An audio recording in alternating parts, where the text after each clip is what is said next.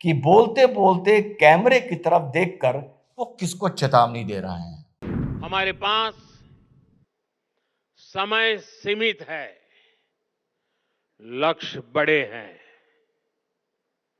आप लोगों को पता है कितनी एक बेशरम और कितनी घटिया खबर सामने आई है पहलगांव की घटना की, कि जब वहां पर फायरिंग हुई, हो सकता है इसका राज कहीं अल्फाबेट्स में ABCDEFGHIJKLMNOPK में छुपा हो सकता है।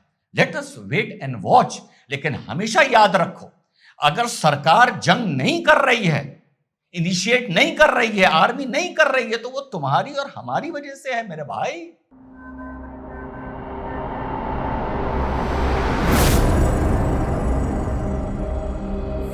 हेलो, नमस्कार, सत श्री अकाल, अस्सलाम। सुनते हैं कुछ बयान।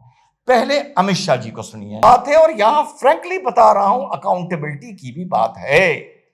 और मुझे लगता है कि आने वाले दिनों में, आने वाले महीनों में पब्लिक मूड से हमारी फौज वर्क नहीं करेगी।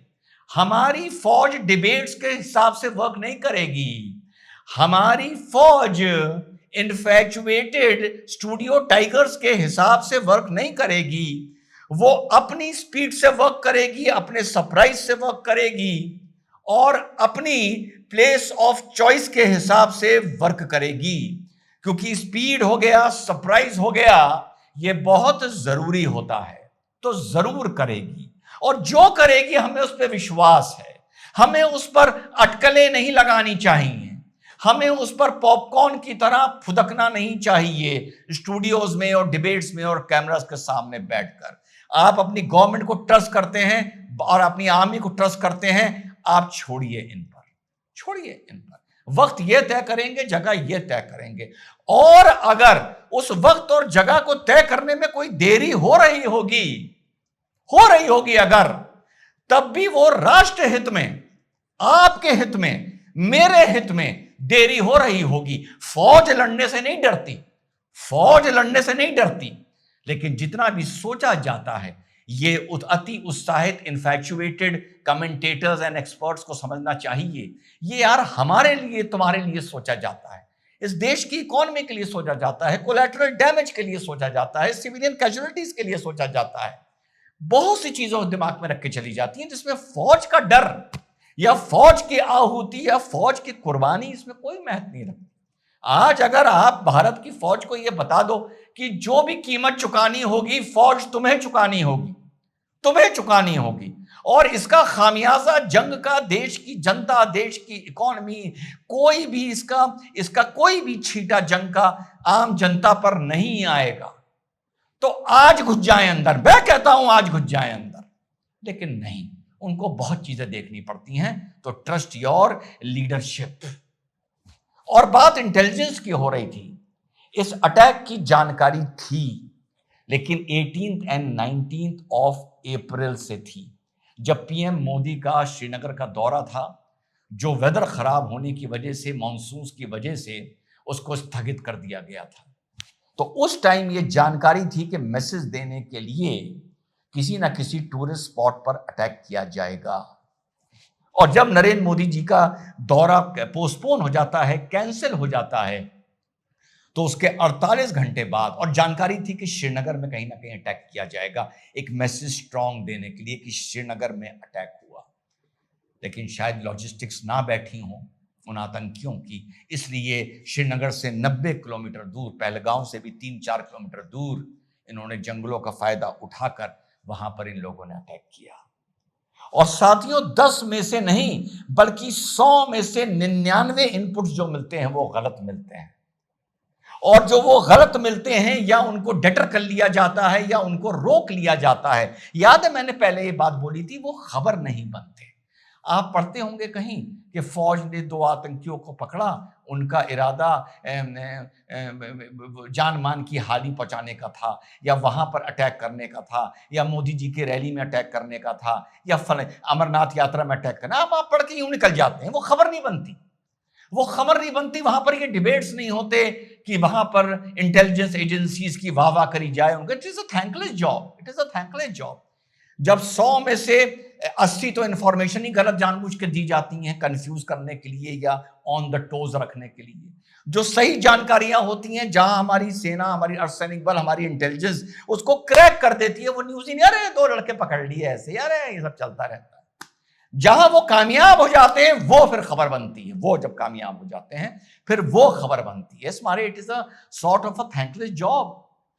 एक आदमी दुनिया में जिसको 20 आदमी सुरक्षा दे रहे होते हैं, एक आदमी को जिसको 20 आदमी सुरक्षा दे रहे होते हैं, वहां इंटेलिजेंस की चूक हो जाती है। मेरे साथियों, उंगली उठाना, जहां सरकार पर उंगली उठाना होता है ना, मैं चूकता नहीं हूं, और जहां डिफेंड करना होता है वहां पे भी नहीं चूकता हूं। सब जानते हैं इस बात को। एक आदमी को जहां डिफेंड कर रहे होते हैं 20 आदमी, वहां चूक हो जाती है इंटेलिजेंस की। यहां तो यार किलोमीटरों का एरिया, पहाड़, जंगल, गॉर्जेस, नाले, यहां पर सोचो चूक की परसेंटेज कितनी बढ़ जाती है। और रिपीटेड ये लोग गलत जानकारी, गलत इंटेलिजेंस इनपुट देते रहते हैं जानबूझकर, सिर्फ एजेंसीज को एग्जॉस्ट करने के लिए। सोच सकते हो कि वो एजेंसीज कितना एग्जॉस्ट रहती होंगी, जहां रोज 5 जगह से इंफॉर्मेशन आती होगी, आज वहां अटैक होने वाला है, आज वहां अटैक होने वाला है।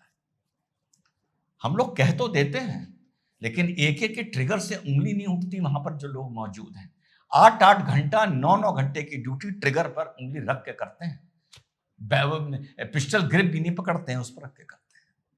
तो ये जानकारी 19 तारीख की थी, और अभी एक और घटना सामने से आई है, एक अपडेट के हिसाब से आप लोगों को दे रहा हूं। जब मैं पहलगांव को लेके वीडियो बना रहा था, 4-5 हमने बनाए, तो मैंने आपको बताया था कि वो जगह, क्योंकि मैंने देखी है, उसका जो कैनवस है वो मैं इमेजिन कर सकता हूं कितना बड़ा है।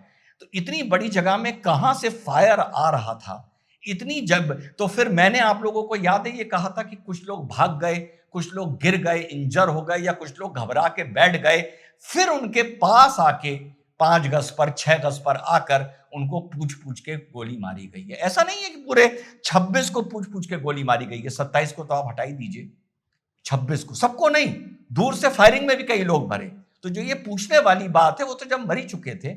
जो वहां एक जगह मौके पर मिले से 5, 6, 7 लोग, उनको फिर पूछ के गोली मारी गई। आप लोगों को पता है कितनी एक बेशरम और कितनी घटिया खबर सामने आई है पहलगांव की घटना की, कि जब वहां पर फायरिंग हुई तो इन्हीं टूरिस्ट के बीच में 2 लोग अपना फिरन पहने लोकल लोग भी दूर बैठे हुए थे। पहले से तय था कि जो ये आदमी है इसको दूर से फायर नहीं करना है, ये टूरिस्ट हैं, वो टूरिस्ट हैं, हमें पता है यहां तुम्हें फायर नहीं करना है। जब फायरिंग शुरू हुई, और ये आइडिया था कि इतना बड़ा एरिया है, अगर हम पास आएंगे तो लोग हमें देख लेंगे तो भागने लगेंगे, ज्यादा दूर से फायरिंग करेंगे तब भी लोग भाग सकते हैं। तो 2 लोकल कश्मीरीज ने इन भागते हुए टूरिस्ट को रास्ता दिखाया कि इधर आओ, तुम लोग इधर से जाओ, गेट की तरफ ना जाओ, इधर आओ, इधर जाओ। ये 3-4 जगह मैंने इसको पढ़ा रिपोर्ट्स में, इधर जाओ, इधर जाओ। और जब वो लोग उधर भागे तो वहां पहले से 2 लोग मौजूद थे, 2 आतंकी मौजूद थे। तो उनको ट्रैप किया गया, उनको एम्बुश किया गया, एक तरीके से बचाने का दिखाया गया कि हम तुम्हें बचा रहे हैं। लेकिन वहां पर फिर इनको वहां रोक कर इन लोगों को इस तरीके से मारा गया है। और अभी तक हर जगह हल्ला मच रहा है, नाम पूछ के मारा गया, नाम पूछ के मारा गया है। तो भैया, अगर नाम पूछ लिया, नाम पूछ के मारा, तो इसमें क्या नई बात हो गई यार? जब अमरनाथ यात्रा की बस जा रही होती है और उस पर फायरिंग होती है, तो क्या फायरिंग करने वालों को यह पता होता है कि उसमें रिजवान और सरफराज और इकराम और सुलेमान और आमिर और शरीफ ये लोग जा रहे होंगे उस बस में, अमरनाथ यात्रा की बस में? वहां भी उन्हें पता होता है कि हम हिंदुओं ही को मार रहे हैं यार।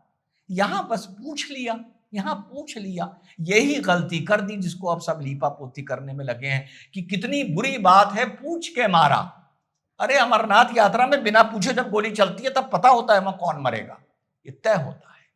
तो ये सारी चीजें हैं। और जिस तरह राजनाथ सिंह जी का बयान है, जो अमित शाह जी का बयान है, जो मोदी जी का बयान है, definitely let us trust the government and give some time.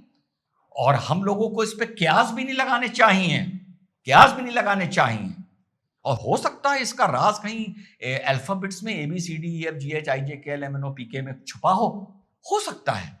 Late us wait and watch. लेकिन हमेशा याद रखो, अगर सरकार जंग नहीं कर रही है इनिशिएट नहीं कर रही है, आर्मी नहीं कर रही है, तो वो तुम्हारी और हमारी वजह से है मेरे भाई। तुम्हारा और हमारा वो ख्याल कर रही है। तो जितने आजकल कूद रहे हैं वो सब शांत हो जाएंगे, वो सब शांत हो जाएंगे। तो trust the government, so let us trust the government, और हम लोग अपने क्यास लगाने बंद करें। जय हिंद, वंदे मातरम, खुदा हाफिज।